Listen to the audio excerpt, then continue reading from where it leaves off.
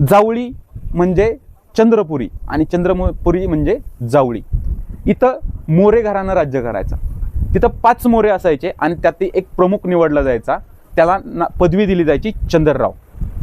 आणि त्यावेळी म्हणजे 1654-55 सालामध्ये तिथला जो चंद्रराव होता तो मेला.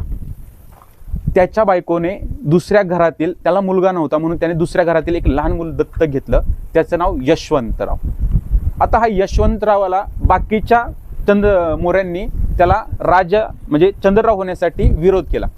मग त्या यशवंतरावाच्या ज्या दत्तक घेतलेल्या आईने छत्रपती शिवाजी महाराजांकडे मदत मागितली आणि स्वतः छत्रपती शिवाजी महाराजांनी मदत त्याला करून जावळीवरती त्याचं राज्य प्रस्थापित करून दिलं. महाराजांचं धोरण काय होतं, ज्याप्रमाणे या परिसरामध्ये देशमुख आहेत त्याप्रमाणे जावळीमध्ये मोरे राज्य जरी करत असले तर ते स्वराज्याच्या अंडर येऊन त्यांनी काम करावं, म्हणून त्यांनी जावळीवरती थोडासा दबदबा बनवण्यासाठी ते त्यांनी यशवंतरावाला तिथं स्थापित केलं. आणि नंतरच्या काळातच काही वेळात म्हणजे 2 ते 3 वर्षामध्ये हा यशवंतराव हा स्वराज्याविरुद्ध कुलगुड्या करायला लागला. आता हे समजल्याच्या नंतर छत्रपती शिवाजी महाराज थोडी शांत बसणार होते. छत्रपती शिवाजी महाराजांनी राजगडवरनी जावळी प्रांती स्वारी केली. जाताना ते महाबळेश्वरला जातात आणि तिथून महाराज जावळीला खाली उतरले. ते यशवंतरावाला बाकीच्या मोऱ्यांना मारलं. हा चंद्रराव पुढे जाऊन रायगडला जाऊन लपला. आता जावळी घेतली आणि सगळ्यात मोठा महसूल मराठ्यांना मिळाला.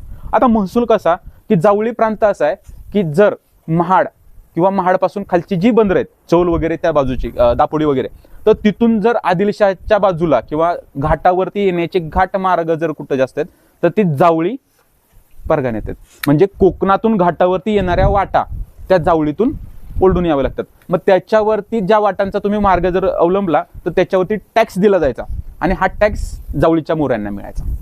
आणि हे मोरे होते ना, तो टॅक्सचा थोडा भाग स्वतःकडे जवळ घ्यायचे आणि बाकीचा टॅक्स आदिलशहाला पाठवून द्यायचे, म्हणजे ते त्यांचे मांडलिक होते.